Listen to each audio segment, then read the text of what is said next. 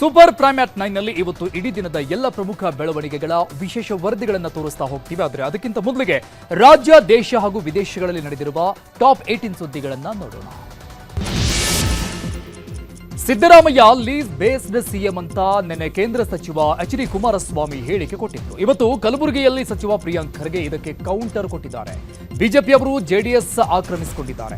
ರಾಜ್ಯದಲ್ಲಿ ಜೆಡಿಎಸ್ ಉಳಿದಿದೆಯಾ ಅನ್ನೋದೇ ಪ್ರಶ್ನೆಯಾಗಿದೆ. ಎಚ್ಡಿಕೆ ತಮ್ಮ ಪಾರ್ಟಿನೇ ಮಾರಾಟಕ್ಕಿಟ್ಟಿದ್ದಾರೆ ಅಂತ ಗುಡುಗಿದ್ರು. ಸಚಿವ ಚಲುವರಾಯಸ್ವಾಮಿ ಕೂಡ ಕುಮಾರಸ್ವಾಮಿ ಮಾತಿಗೆ ತಿರುಗೇಟು.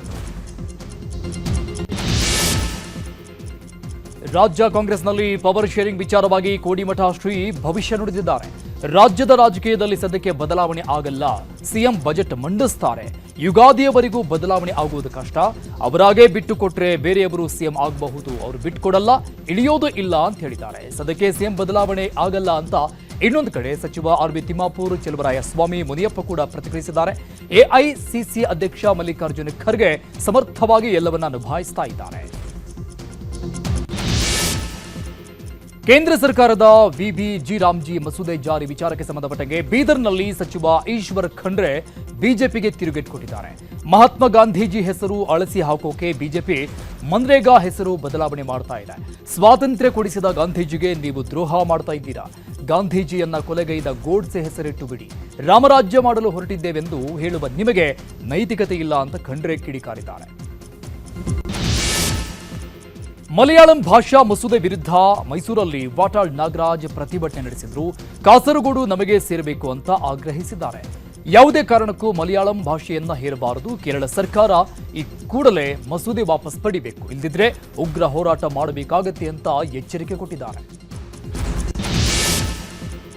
ಕಿಡಿಗೇಡಿಗಳು ಇನ್ಸ್ಟಾಗ್ರಾಂನಲ್ಲಿ ಕಾಂಗ್ರೆಸ್ ಶಾಸಕಿ ನೈನಾ ಮೋಟಮ್ಮ ಅವರ ಬಟ್ಟೆ ಬಗ್ಗೆ ಅಶ್ಲೀಲ ಕಾಮೆಂಟ್ ಹಾಕಿದ್ದಾರೆ.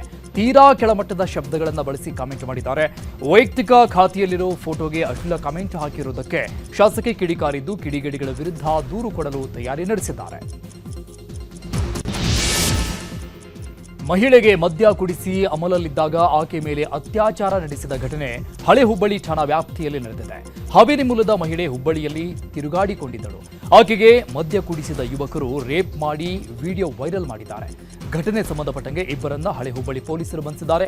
ಕಠಿಣ ಕ್ರಮ ಕೈಗೊಳ್ಳುತ್ತೀವಿ ಅಂತ ಪೊಲೀಸ್ ಕಮಿಷನರ್ ಎನ್ ಶಶಿಕುಮಾರ್ ಹೇಳಿದ್ದಾರೆ. ನಿರ್ಮಾಪಕ ಉದ್ಯಮಿ ಎವಿಆರ್ ರೆಡ್ಡಿ ಮತ್ತು ನಟಿ ನಡುವಿನ ಗಲಾಟೆ ಪ್ರಕರಣ ಸಾಕಷ್ಟು ಸುದ್ದಿಯಾಗಿತ್ತು. ತನ್ನ ಮೇಲಿನ ಆರೋಪಗಳನ್ನು ತಳ್ಳಿ ಹಾಕಿದ್ದ ಎವಿಆರ್ ರೆಡ್ಡಿ ನಟಿಯ ಬಗ್ಗೆ ಕೆಲ ಪ್ರತ್ಯಾರೋಪವನ್ನ ಮಾಡಿದ್ರು. ಈಗ ಅವರಿಬ್ಬರು ಜೊತೆಗಿರುವಂತಹ ಫೋಟೋಗಳು ವೈರಲ್ ಆಗಿವೆ. ಅಲ್ಲದೆ ನಟಿಗೆ ಎವಿಆರ್ ಖರ್ಚು ಮಾಡಿದ್ದಾರೆ ಎನ್ನಲಾದ ಕೆಲವು ಡಾಕ್ಯುಮೆಂಟ್ಗಳು ವೈರಲ್ ಆಗ್ತಾ ಇವೆ. ಪದ್ಮಶ್ರೀ ಪುರಸ್ಕೃತರಾದ ಜೋಗತಿ ಮಂಜಮ್ಮ ಶಿವಲೀಲಾ ಅನ್ನೋ ಸಿನಿಮಾ ನಿರ್ಮಿಸಿದ್ದಾರೆ. ಆದರೆ ಸಿನಿಮಾಗೆ ಚಿತ್ರಮಂದಿರಗಳಲ್ಲಿ ಪ್ರೋತ್ಸಾಹ ಸಿಕ್ತಿಲ್ಲ ಅಂತ ಸರ್ಕಾರದ ವಿರುದ್ಧ ಬೆಂಗಳೂರಿನ ಫ್ರೀಡಂ ಪಾರ್ಕ್ನಲ್ಲಿ ಪ್ರತಿಭಟನೆ ಮಾಡಿದ್ರು. ಹೋರಾಟದಲ್ಲಿ ಮಂಗಳಮುಖಿಯರು, BJP MLC N Ravikumar, Bharathi Shetty ಕೂಡ ಭಾಗಿಯಾಗಿದ್ರು. ಈ ಎಲ್ಲ ಶಾಲಾ ಕಾಲೇಜುಗಳಲ್ಲಿ ಸಿನಿಮಾ ನೋಡುವಂತೆ ಸರ್ಕಾರ ಸುತ್ತೋಲೆ ಹೊರಡಿಸಬೇಕು, ಸಿನಿಮಾಗೆ ಸಬ್ಸಿಡಿ ಕೊಡಬೇಕು ಅಂತ ಆಗ್ರಹಿಸಿದ್ದಾರೆ.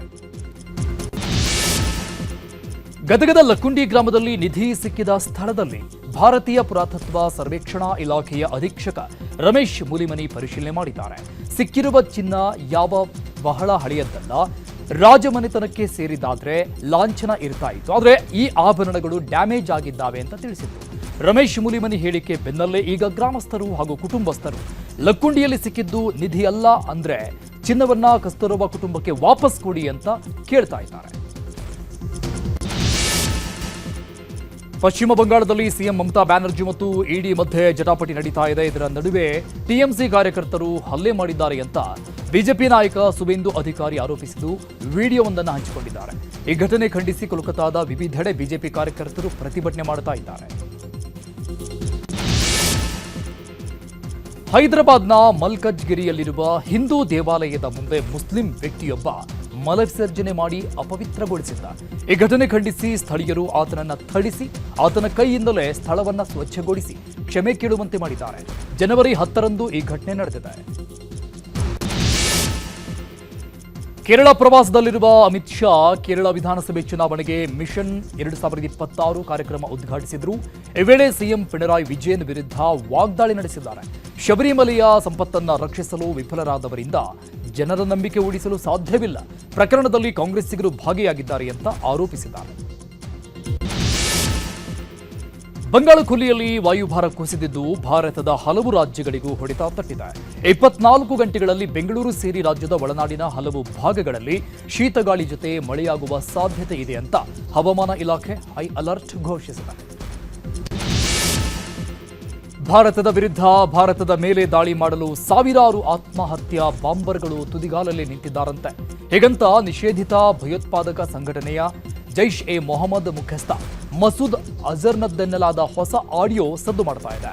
ಆಡಿಯೋ ವೈರಲ್ ಬೆನ್ನಲ್ಲೇ ಕೇಂದ್ರ ಸರ್ಕಾರ ಗಡಿಯಲ್ಲಿ ಹೈ ಅಲರ್ಟ್ ಘೋಷಿಸಿದೆ. ದಕ್ಷಿಣ ಸುಡಾನ್ನಲ್ಲಿ ನಡೀತಾ ಇರುವ ಯುಎನ್ ಮಿಷನ್ನಲ್ಲಿ ಉತ್ತಮ ಸೇವೆ ಸಲ್ಲಿಸಿದ ಬೆಂಗಳೂರು ಮೂಲದ ಮೇಜರ್ ಸ್ವಾತಿ ಶಾಂತಕುಮಾರ್ ಅವರಿಗೆ ಸಮಾನ ಪಾಲುದಾರರು ಶಾಶ್ವತ ಶಾಂತಿ ಎಂಬ ಯೋಜನೆಗಾಗಿ ವಿಶ್ವಸಂಸ್ಥೆ ಸೆಕ್ರೆಟರಿ ಜನರಲ್ ಪ್ರಶಸ್ತಿ ಲಭಿಸಿದೆ. ಮೇಜರ್ ಸ್ವಾತಿ ಅವರ ನೇತೃತ್ವದಲ್ಲಿ ಭಾರತೀಯ ತಂಡವು ಗ್ರಾಮೀಣ ಮಟ್ಟದಲ್ಲಿ ಶಾಂತಿ ಸ್ಥಾಪನೆಗೆ ಅಪಾರ ಕೊಡುಗೆ ನೀಡಿದೆ. ಇಂಡಿಯನ್ ಐಡಾಲ್ 3ರ ವಿನ್ನರ್ ಹಲವು ವೆಬ್ ಸಿರೀಸ್ಗಳಲ್ಲಿ ನಟನಾಗಿ ಮಿಂಚಿದ ಗಾಯಕ ಪ್ರಶಾಂತ್ ತಮಂಗ್ ಮೃತಪಟ್ಟಿದ್ದಾರೆ. 43 ವರ್ಷದ ಪ್ರಶಾಂತ್ ತಮಂಗ್ ಇಂದು ದೆಹಲಿಯ ಮನೆಯಲ್ಲಿರುವಾಗ ಹೃದಯಾಘಾತದಿಂದ ಕುಸಿದು ಬಿದ್ದು ಮೃತಪಟ್ಟಿದ್ದಾರೆ ಎನ್ನಲಾಗಿದೆ. ರನ್ ಮಷಿನ್ ವಿರಾಟ್ ಕೊಹ್ಲಿ ಮತ್ತೊಂದು ವಿಶ್ವ ದಾಖಲೆ ಬರೆದಿದ್ದಾರೆ. ಕ್ರಿಕೆಟ್ನ 3 ಫಾರ್ಮ್ಯಾಟ್ಗಳಲ್ಲಿ ಅತ್ಯಧಿಕ ರನ್ ಬಾರಿಸಿದ 2ನೇ ಆಟಗಾರನಾಗಿದ್ದಾರೆ ವಿರಾಟ್ ಕೊಹ್ಲಿ. ವಡೋದರಾದಲ್ಲಿ ನಡೀತಾ ಇರುವ ನ್ಯೂಜಿಲೆಂಡ್ ವಿರುದ್ಧದ ಸರಣಿಯ ಮೊದಲ ಪಂದ್ಯದಲ್ಲಿ ಈ ವಿಶ್ವ ದಾಖಲೆ ಬರೆದಿದ್ದಾರೆ.